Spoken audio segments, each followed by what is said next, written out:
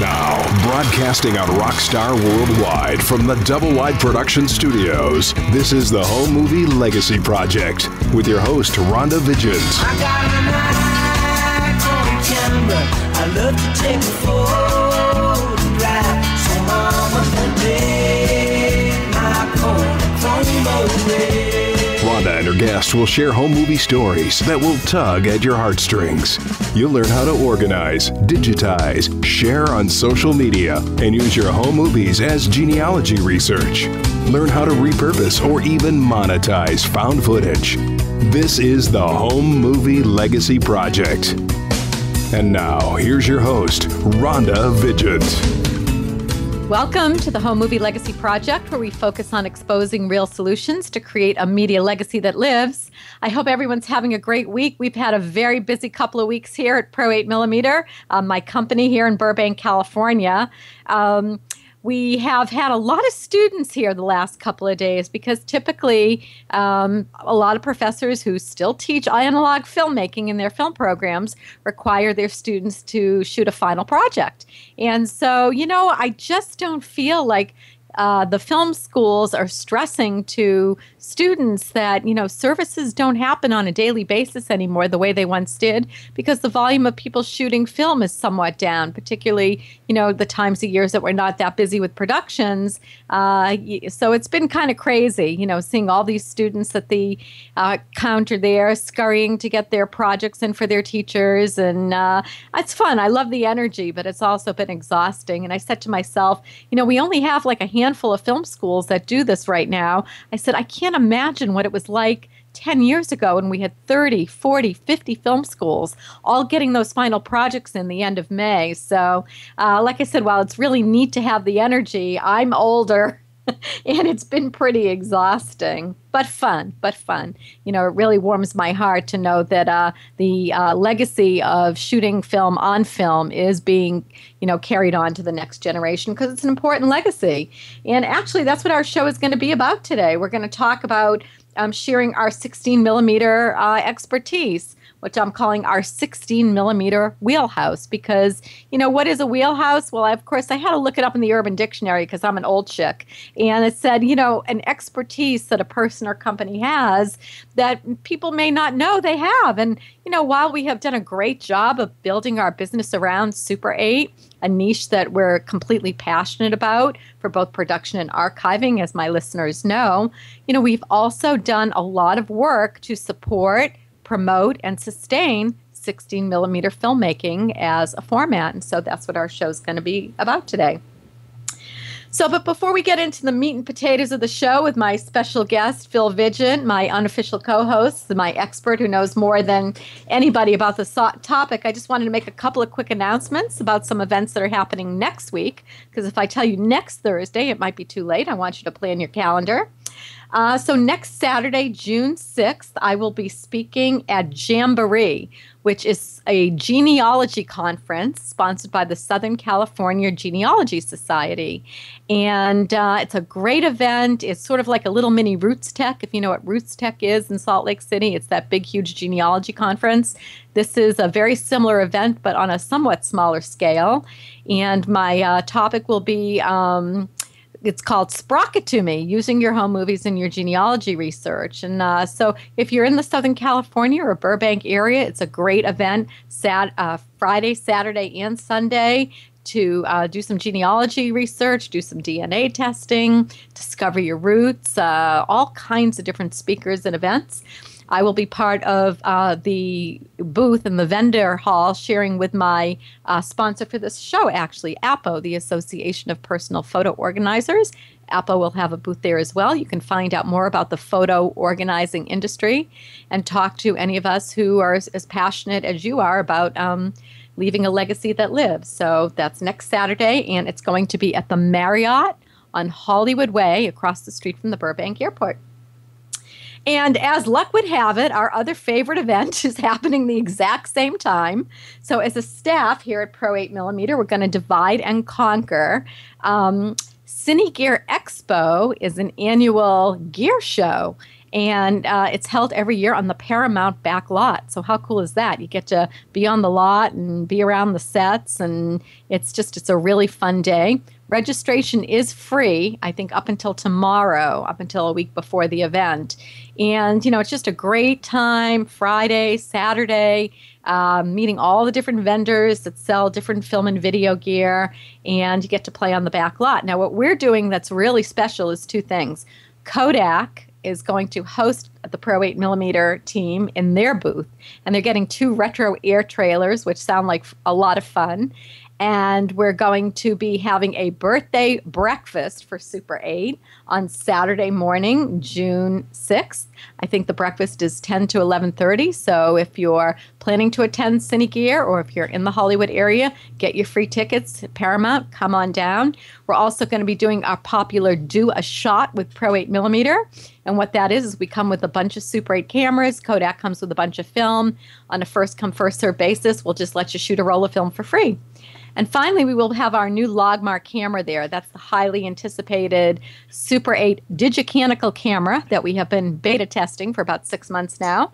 They're finally coming back from their first upgrade from Denmark, and they will be available at the show for you to check out.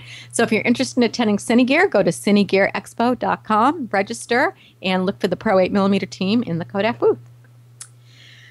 Okay, so Phil, welcome back to the Home Movie Legacy Project. Hi, Rhonda. It's good to have you here. There'd been a dry spell for a while, and now I think I've had you on twice in the last 4 weeks. I know, you've had too many celebs that are attending you. So. Yeah, but, there's a certain thing that we do, certain chemistry, certain way that we can really provide some excellent content for people, and I'm really excited today that we're finally going to take an hour to talk about 16mm film. Yeah, 16 is exciting.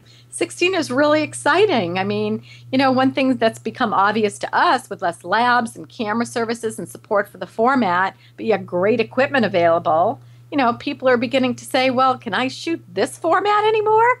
Are there places that still process film, and, will I get support? So, Yeah, no, Super 8's been on a very nice continuum for, probably the last 20 years. I don't think that much is, it hasn't gone down in terms of business. It's increased. And so, once it left the realm of the consumer, there in the 80s, as the professionals started using Super 8, it's been,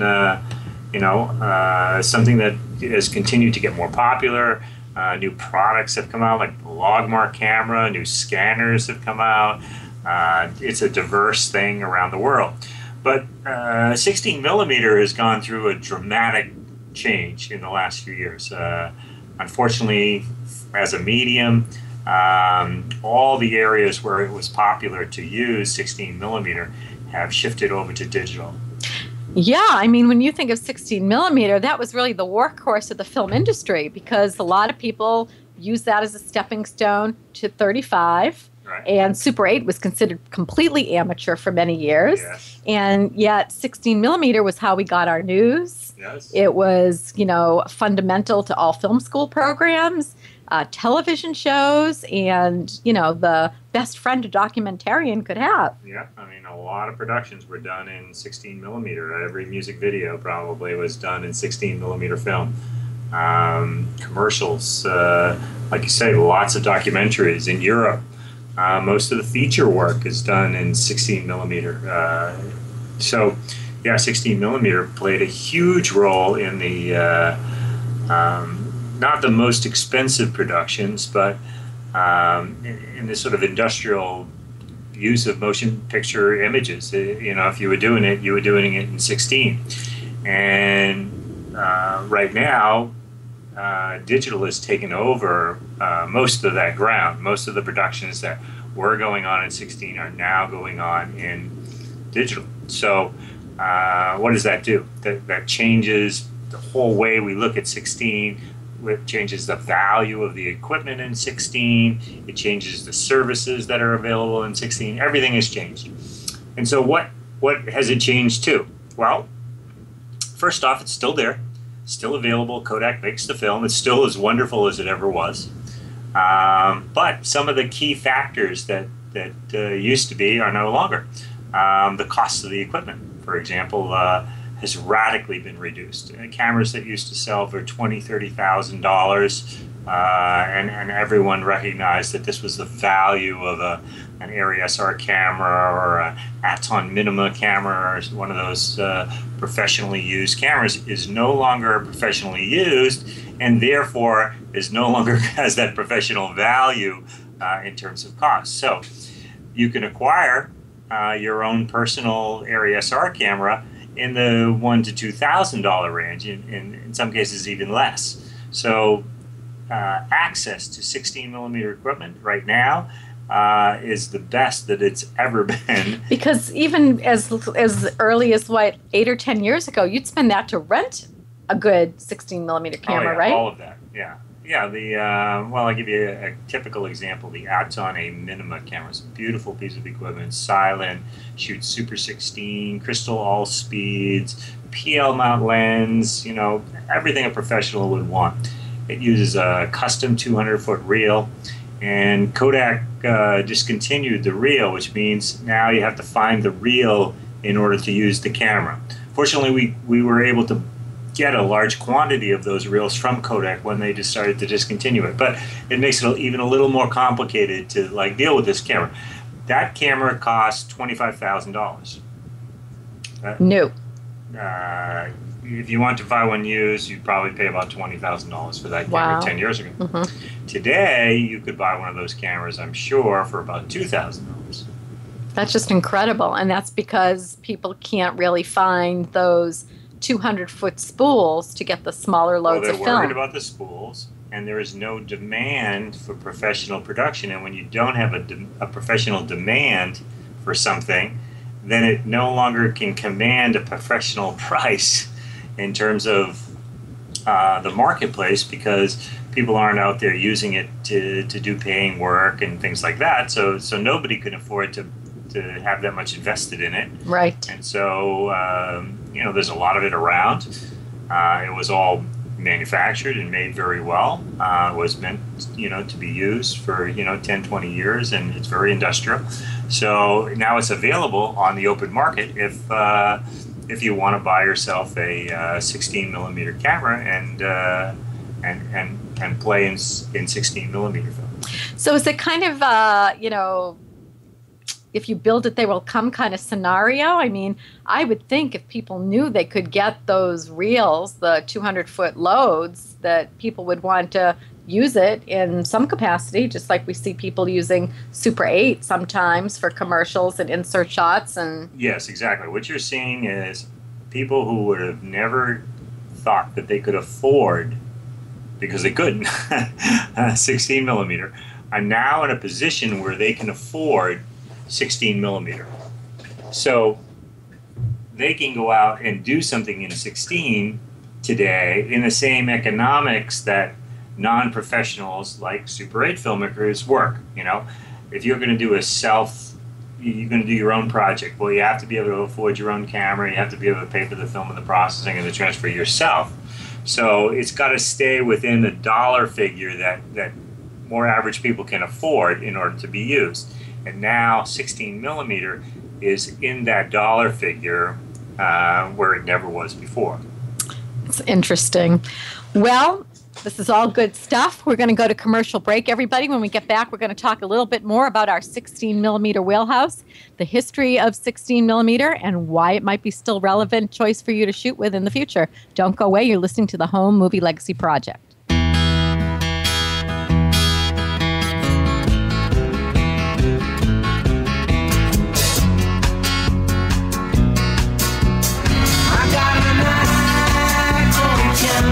I love to take a photograph. Raising the consciousness as to why home movies are so important. This is the Home Movie Legacy Project with Rhonda Vigeant, and we'll be back with more right after these on Rockstar Worldwide.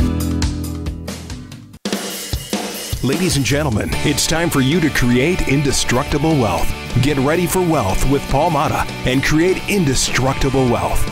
Learn how to make, sustain, and protect your wealth in any economy. Listen live every Wednesday at 7 p.m. Eastern and on demand 24/7 right here on Rockstar Worldwide. Paul Mata is the creator of the system for creating indestructible wealth. Paul will share easy tips and strategies on how you can grow all of your assets so you can live an abundant and prosperous life. Each high-energy show will feature interviews with experts who will help you on your path to creating indestructible wealth. For more on Paul, the show, and his Create Indestructible Wealth boot camps, check out Create Indestructible Wealth with Paul Mata or go to createindestructiblewealth.com. Learn how to make, sustain, and protect your wealth in any economy so you can live an abundant and prosperous life with a passion to serve others. Are you excited about getting your home movies and photos organized, but don't know where to start? Well, the Association of Personal Photo Organizers, www.appo.org, can help. The photo organizers are made up of a community of people. They're organizers, photographers, graphic designers, storytellers, historians, people just like you who love photos, home movies, and most importantly, the stories they tell.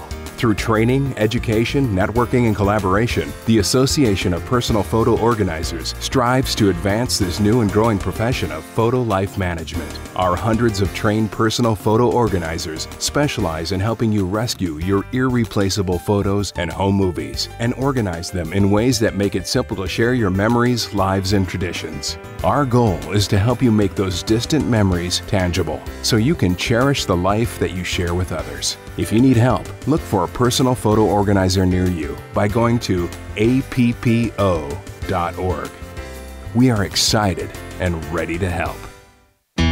Welcome back to the Home Movie Legacy Project, showcasing compelling interviews with people who are telling their personal stories. Rhonda is all about preserving our visual heritage for generations to come before it's too late. So let's get back to the show.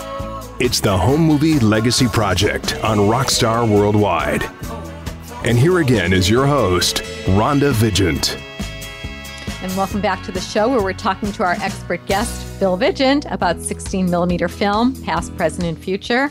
And you know, Phil, I was thinking about it. Making a case for 16mm is like making a case for film itself, because everything that we have seen for so many years, from the news to documentaries to, you know, television shows, home movie footage. If you were lucky enough to have home movies in the 40s and 50s, chances are your family had 16mm, because, you know, I read that like, for example, Arri was founded in Munich in 1917. That's one of the premier camera companies today. And that, you know, when they released their first camera, the Arriflex in 1952, they sold over 20,000 units. Wow. Right? So, you know, I have to believe that, you know, you're right on target to see that there will absolutely be 16mm moving into the future, you know, once people are aware that there are people still offering support services. Yeah, I think you hit on a good point. And in equipment, support is really key, because if you don't have technicians around who still understand the equipment, then it's just relegated to, you know, people who kind of hack around in this stuff, and that's never good. I mean, there's a lot of specific knowledge about how to set up a camera, both in Super 8 and 16, and if the people don't exist to service those, you know, pieces of equipment, then they become absolutely useless. Some of those companies still exist, like Aton is still there, and I bought a Aton Minima camera and I sent it for service, and it probably cost me almost half as much as it cost me for the camera to get it serviced. But, you know, not complaining, it was there. I mean, it was great to know that in the United States there's still a resident Aton expert, and I didn't have to send it to France in order to be able to get it fixed. Arriflex, I'm sure, is in the same predicament. They're a large company. I'm sure they still support at least their newer 16mm cameras. When you start getting to some of the less expensive 16 equipment, like the Bolex, very limited kind of. There are a few guys who've been Bolex servicing for a long time, so there is some support for Bolex. Beaulieu, we used to be the Beaulieu R16 service center, and I'm sure we can still do some things, but it became economically unjustifiable to continue to support that.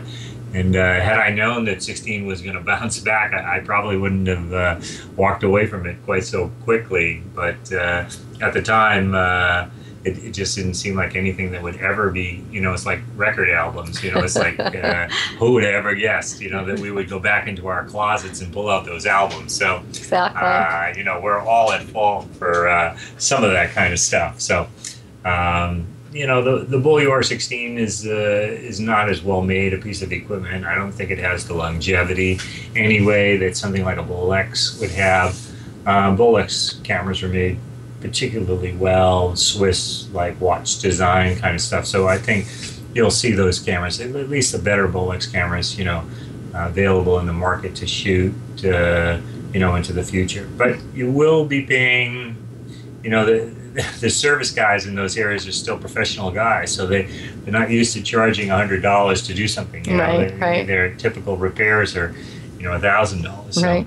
Well, we get a lot of novice listeners on the show who are very curious to try these analog formats, and they just don't have quite enough information. They don't even know what questions to ask. So one of the things that I come across a lot is people want to know if you can, we can explain the difference between 16 millimeter double perf and Super 16 single perf, and which cameras take which film stocks.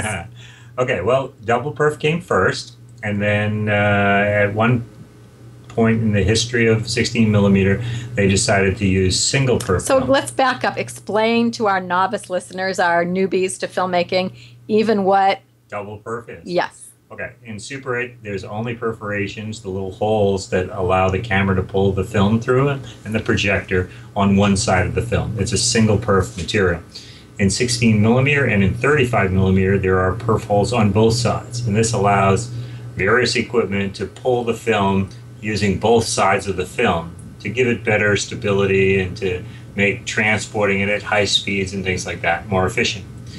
So somewhere in the 70s, I think, they decided to come up with Super 16, which is a wider image version of 16 millimeter, exactly the way we do Max 8, which we use where the sound stripe used to be. They used where the other perfs used to be. Okay. So Kodak got rid of the perfs on one side and gave them a wider piece of film to work with, and the camera gates were cut out so that they could shoot wider images on 16 millimeter. Because essentially 16 millimeter, like 8 millimeter, is a square. It's a square image on the frame. So when you're using rectangular screens like high definition screens and theatrical screens, those are all rectangular. So to have a rectangular master image is a huge advantage when blowing up to those screens. So they wanted to create that in 16, and so they created this thing called Super 16, which is a rectangular sort of version of 16. Almost all film today is made only in Super 16. There is very little film. You have to custom order if you want double perf still.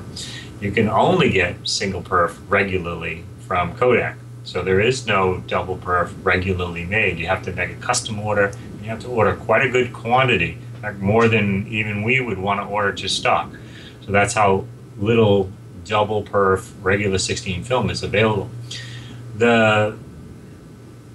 It's not really a problem because the majority of cameras only use a single pull claw to pull film, even if they were designed in 16 in the days of double perf 16 film. They never used those perfs on the right side.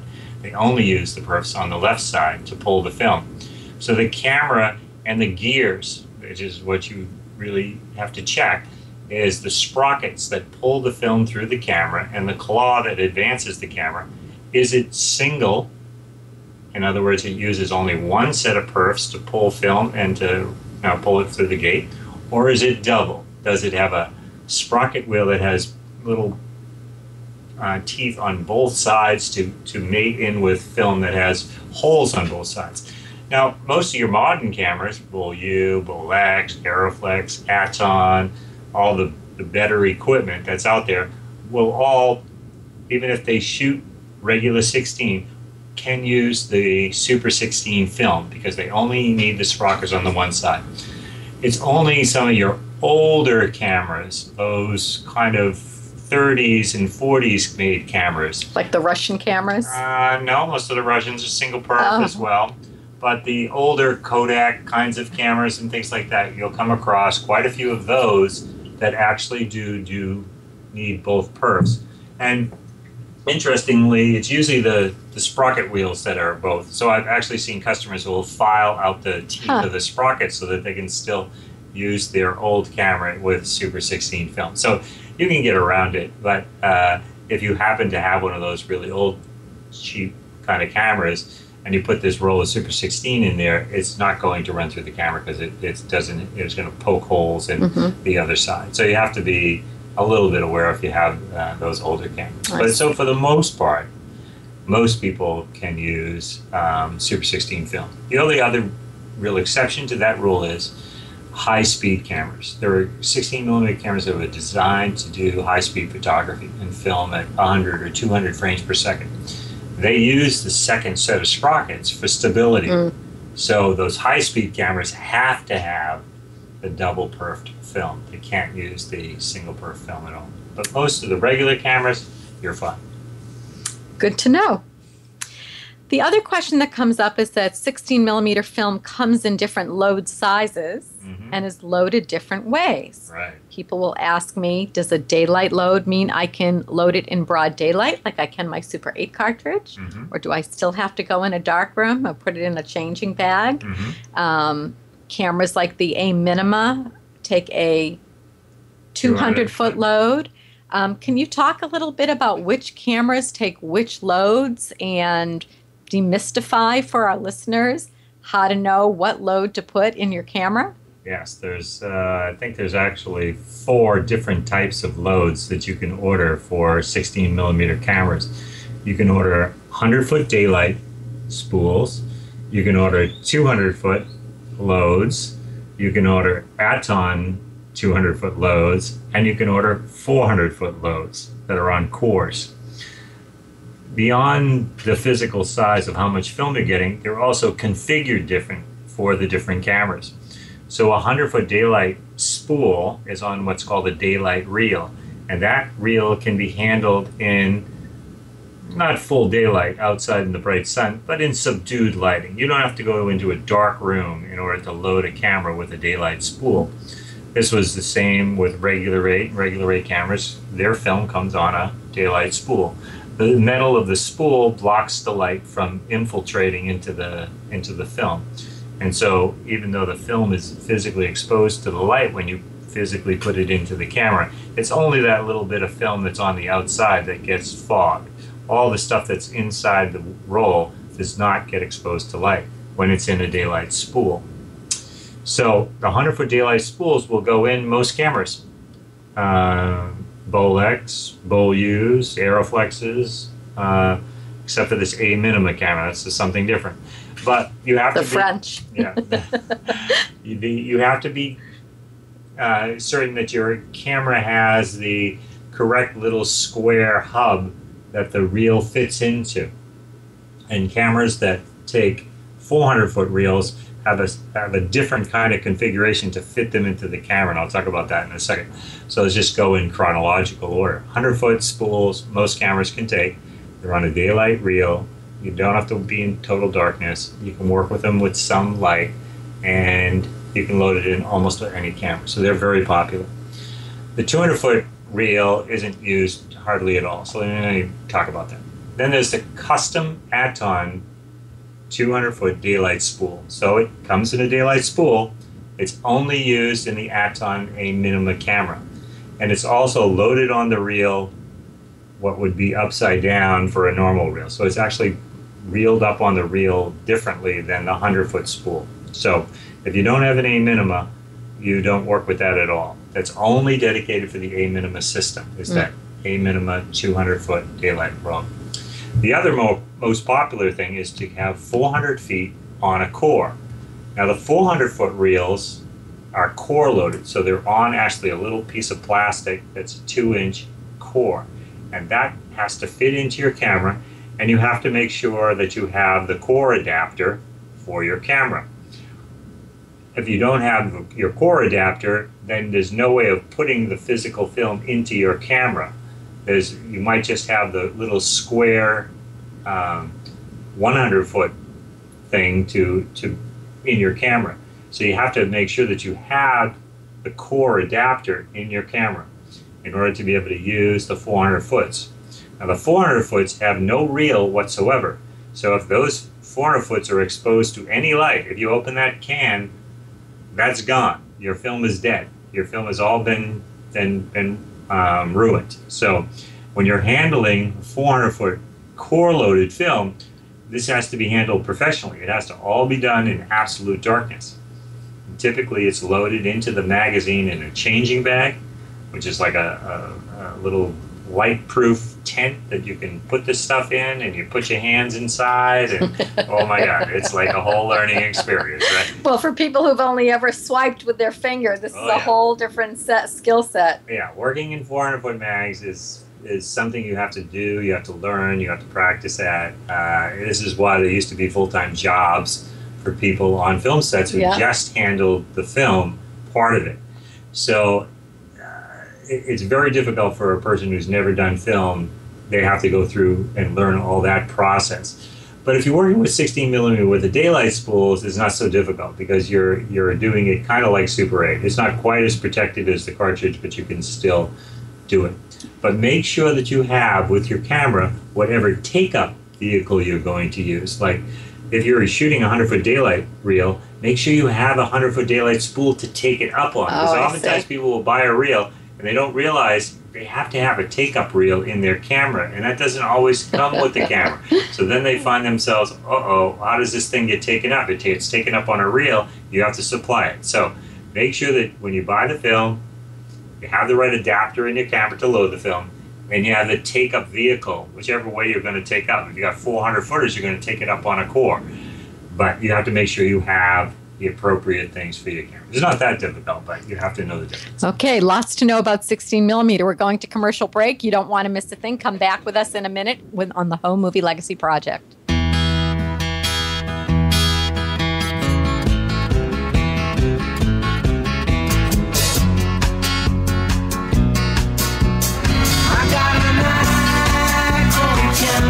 I love to take a photograph. Raising the consciousness as to why home movies are so important.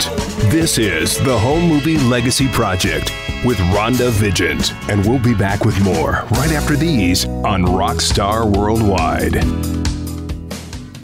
If you are a family historian passionate about preserving and sharing family films and stories, a filmmaker wanting to move analog, legacy, or found footage into a digital project or documentary, a genealogy buff, memory keeper, or archivist, this show is for you.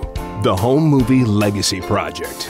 Rhonda's passion for home movies and independent filmmaking stems from running Pro 8mm based in Burbank, known as the Super 8 experts for production and legacy footage for over 30 years. They have worked on thousands of projects for moguls and the masses, including Hollywood blockbusters such as Argo, Super 8, and JFK, TV shows, music videos, commercials, and the personal family film legacy of the world's most famous faces, industry icons, award-winning documentaries, and archival footage for the presidential libraries and museums. Each show will focus on compelling interviews with people who are telling their personal stories using home movies as a jumping-off point, sharing what was discovered or what was challenged or what was confirmed.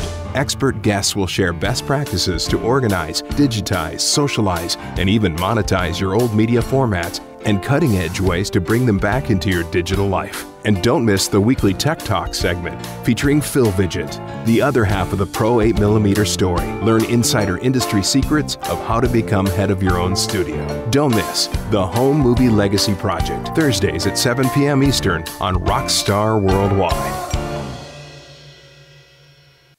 Stand Up and Speak Up with host Walt Grassel.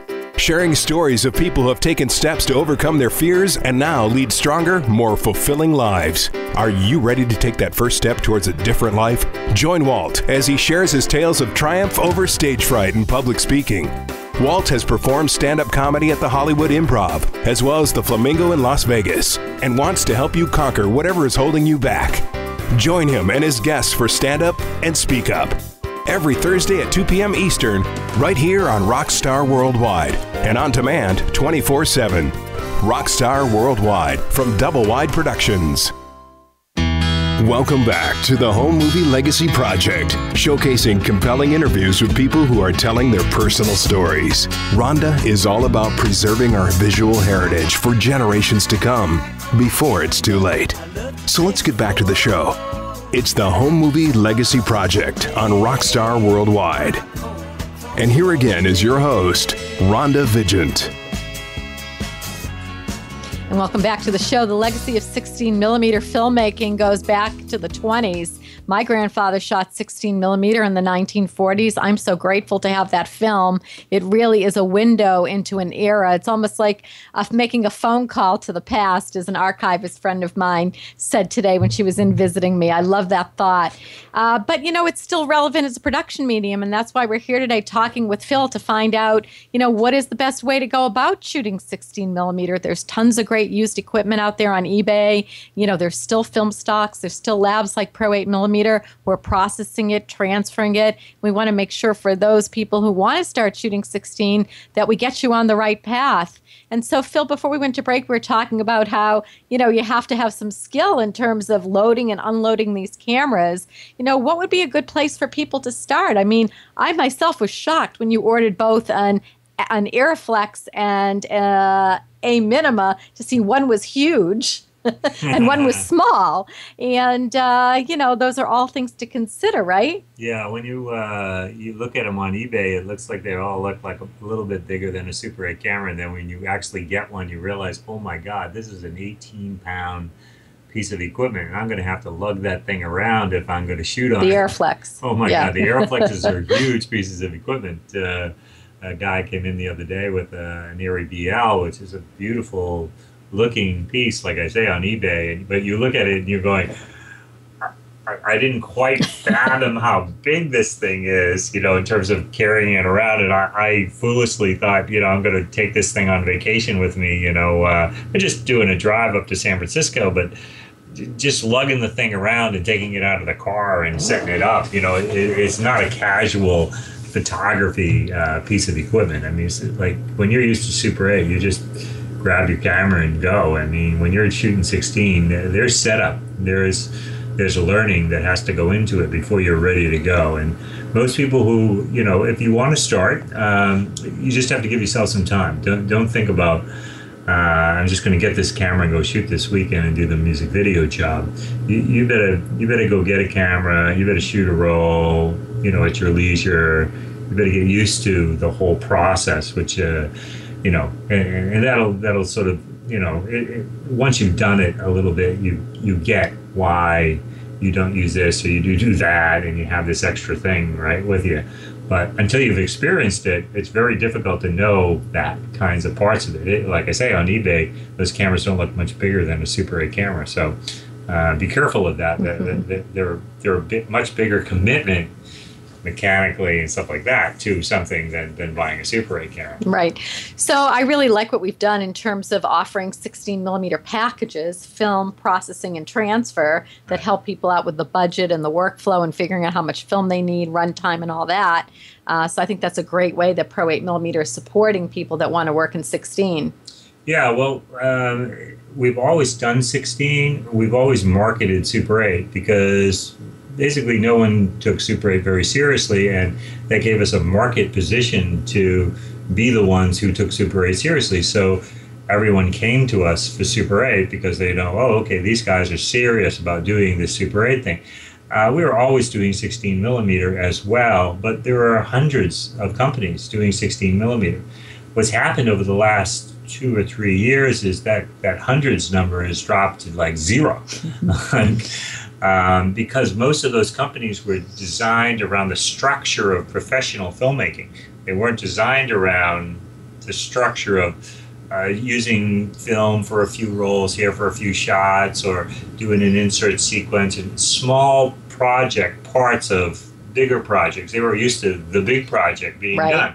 So they can't even turn their machines on if they're not processing 100,000 feet and that kinds of stuff. So most of those companies have had to get out of the business. Now they left the legacy of their gear here, so their gear is still around, kicking around, and you can buy it. Especially in Hollywood. Right, it's everywhere. So it's there for the taking, but you can't go to them and work the way they used to work. The way you're working today is much more in line with the way Pro 8mm always function, which is using a small quantity of film to do a specific project in a commercial or a music video or some artistic project, which is probably not doing the whole project even in that medium. They're going to use a section of the project in that medium. And so we do things like process during the day. We have like trained staff who can like come up to the front counter and say, hey, how do you put this in the, oh, here's how you do it. There's like technicians who like, oh, this is how a thing works, and they're here. And so we're in the much better structural kind of thing to work with people now in 16 because they're not doing what they used to do with it.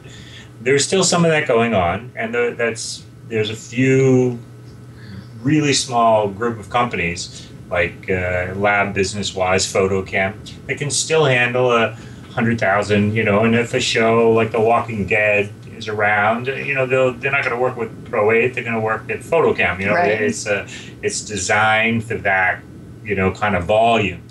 When you get into the small volume stuff, you can use 16 just the same way as you use Super 8, but you're going to have to work with people like Pro 8mm that's designed for that kinds of support, you know, in terms of filmmaking, stuff like that. We said years ago when we got our first HD scanner and then our 2K scanner that Super 8 looks the way 16 used to look because we've got better film stocks and better scanners. Right. So does 16mm look the way 35mm looks? Absolutely. Wow, okay. And some major motion pictures like The Hurt Locker, for example, won the Academy Award, shot on Super 16 film. So this is how good Super 16 can be. It can be winning an Academy Award, kind of looking like 35 kind of stuff. And there is some of that high-end kind of use of Super 16 film as a technology. Like I say, it hasn't all gone away. So there's still some remnants of using it. It's just so small now in comparison, which has left a plethora of gear around for the rest of us to play with. Right. And of course, in hopes that, you know, someday someone who is trying, you know, a Bolex and shooting their friend's band music video or doing a spec spot or something will mature into a Spielberg kind of guy who will make major motion pictures in 65mm, yeah? Oh, yeah, and certainly we've seen how beautifully that type of look works in a major motion picture that has to have some inserts in film. Yeah. You know, sometimes they choose Super 8, but sometimes people think it's Super 8 and it's really 16mm. This is oftentimes the case only because the resolution of Super 8 is difficult to work with when you're talking about today's screens, because we're getting bigger in our screens and we're doing IMAX and we're doing 3D. You know, IMAX is predicated on 65mm and 3D and these kinds of things. So the resolution of Super 8 is very difficult to work with in a production that's, you know, ending up as 65mm. So 16mm is often used to do the Super 8 looking stuff. Right. In a project that's going to be blown up to IMAX. Exactly. Because it's just the resolution problems, you know, are too difficult to kind of work with, even in the famous Super 8 movie, you know. Right? That was supposed to be a secret. Right? But no, everybody knows. Well, there are, you know, they use 16mm for certain things because they need that kind of resolve. So it's an important tool in the filmmaking kind of world to understand how to use. It's a great experience. Heck, you can buy some awesome equipment, which I'm having a great time. Like, you know, I've drooled on the A Minima, you know, for 20 years of my life, you know, only being able to hold it at a trade show. Right. And now you can buy one. It's pretty cool. Don't go away, everybody. I want you to come back after our last commercial break, and we're going to wrap the show.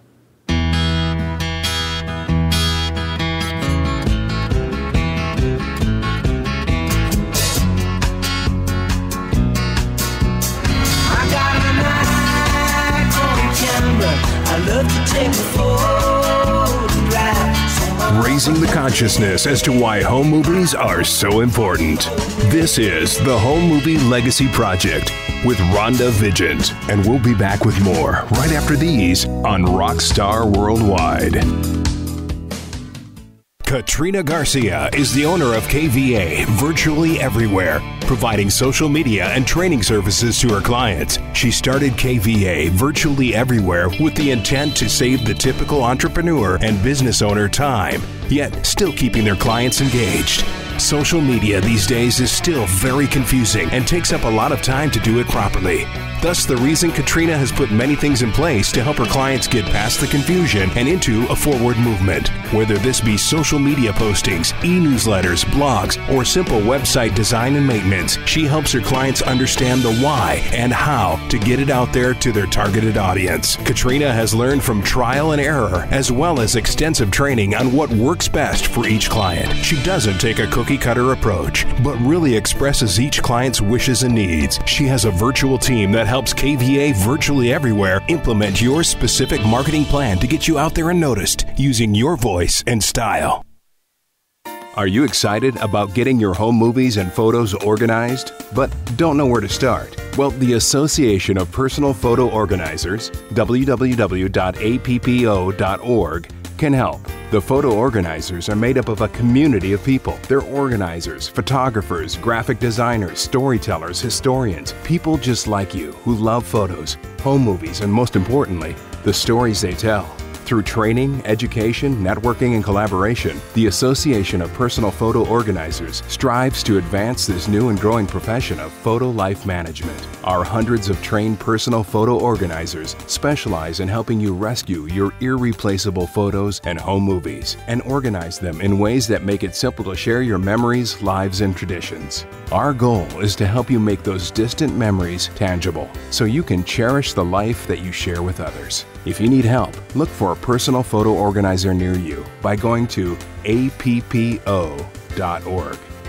We are excited and ready to help. Welcome back to the Home Movie Legacy Project, showcasing compelling interviews with people who are telling their personal stories. Rhonda is all about preserving our visual heritage for generations to come before it's too late. So let's get back to the show. It's the Home Movie Legacy Project on Rockstar Worldwide. And here again is your host, Rhonda Vigeant. This has been a great conversation today talking about 16 millimeter because we are getting a lot more calls than ever at Pro 8 millimeter. So we were saying that we offer the film processing and scanning packages, which is great. Are we going to start renting cameras again? I know we used to rent them many years ago, but once we didn't have a camera tech here that specialized in prepping those 16 millimeter cameras, we stopped. Do you think we'll bring it back? Yes. Okay. It's just going to take a little while because we got to learn more about, I mean, even when we've come out with a Super 8 camera, it's been 6 months to a year of taking apart dozens of them and learning all the, you don't want to be doing it and not have the answers to the questions for the customers. So I'm trying to work out my relationship with Aton relative to the A minima, because even in Burbank, which they have an office, they really don't support that camera anymore. You have to go to New York. So I don't know how politically that is. I emailed back and forth with Bolex a bit. And same thing, it's like there's other people that's, but they don't really do much with it. It's kind of sad to see how they manage, and so I don't know. There's some modifications to the Bolex, something called Ultra 16, which is kind of popular, and it's a nice modification to a 16 camera. And so we'll get involved in some of that kind of stuff. Sort of as time allows in terms of like learning, and we just have to have taken apart. I don't know that I'll do anything with Aeroflex. I think it's just too big. Yeah, it's big. I think people would like to try it. People would like to experience it and see the the quality and different, kind of things that it has to offer, possibly. It has great applications in certain jobs, but I don't know that I'm going to go into the full-on production kinds of stuff that was available in 16. I think it would be more for that kind of market. Yeah. Most likely. We used to have a Bolex EVM that we rented. Right. That was a good piece of equipment to have out there. So. Yeah, and of course, then there's always the education component, right? I mean, they're not getting it in film school. There's certainly a lot of old guys here in Hollywood who I'm sure would love to teach a day of 16 millimeter filmmaking. But the reality is, my experience has been people don't want to commit to it. You're almost better off doing some kind of online or virtual class where they can just practice. Well, that and a lot of what they want to teach is the things that they used to do, which you don't do anymore. Well, that's a good point. We use film as a way of generating the image, and then we dump it to digital and do all the stuff digitally. And so a lot of what was taught in the education process was the film education, not about film, the aesthetic thing, where, this is how it looks, but film, you've got to keep track of time code numbers and slates, and there's a lot of running around and loading and unloading and all this kind of stuff that most people don't want to learn anymore. They want 16, but they want to, you want to get the camera loaded here and take it out and bring it back, and we'll take it out of the camera and process it almost. And right? it may end up coming to that. And it may, I'm looking at the A minima, I'm thinking, I could load up a couple of mags and I could send somebody out with this thing with the mags already loaded. They never have to take them out of the mags. They just have to get them, you know what I'm saying? So yeah.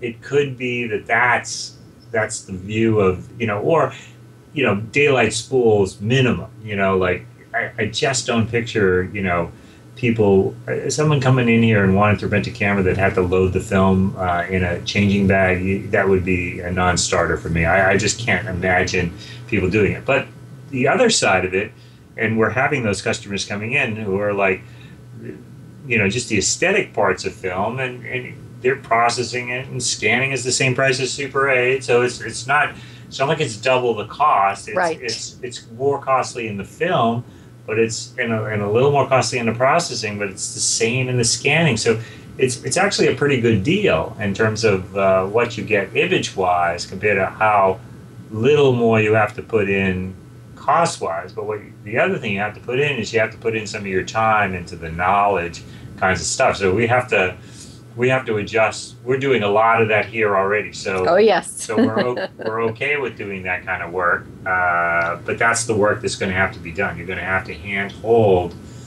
people, the light meters. 16 cameras don't come with light meters built into them. You have to understand how to use a light meter. And I'm thinking of the 3% of Super 8 customers who don't even know what a light meter is for. So you got to be able to get past some of these kinds of things, and I think there's definitely a market for it, and it's very exciting to do because you get yourself a camera cheaply, and you're exposing some pictures the old-fashioned way Sure. of doing it. And so the course thing it would be a different kind of course. It would be a course on how to apply motion picture technology to modern filmmaking, not a course on how to do old school filmmaking. And I don't think a lot of people that don't understand us, they don't get why this is such a growing and modern kind of company. They're like, how can you be a modern company and what you do is Super 8? But what they don't understand is we're not doing Super 8 the way we did Super 8 in the 70s. And right. We're doing these things. We're using things from the 70s that were good. Tools. Mm-hmm. But we jump right into, Avids and Da Vinci color correctors and all that kind of stuff, just like anything else that's going on in high def. And we'll be scanning to 5K next month. So, right. We're all set up to do UHD, 4K, kind of pictures, and we'll make that available in 8mm. So it's not old for us. We're just taking advantage of the things that the old offered the modern world. Fantastic. Yeah, what old is new again. Well, Phil, thank you so much for coming on the show today. I hope our people who've been asking to do a 16mm show got a good bit of information to get started. Go to our website, pro8mm.com. You'll find a whole section there on our 16mm film stocks, processing, scanning, and I guess pretty soon we'll be renting cameras again. Make it a great week, everybody, and we'll see you next week on the Home Movie Legacy Project. That's a wrap.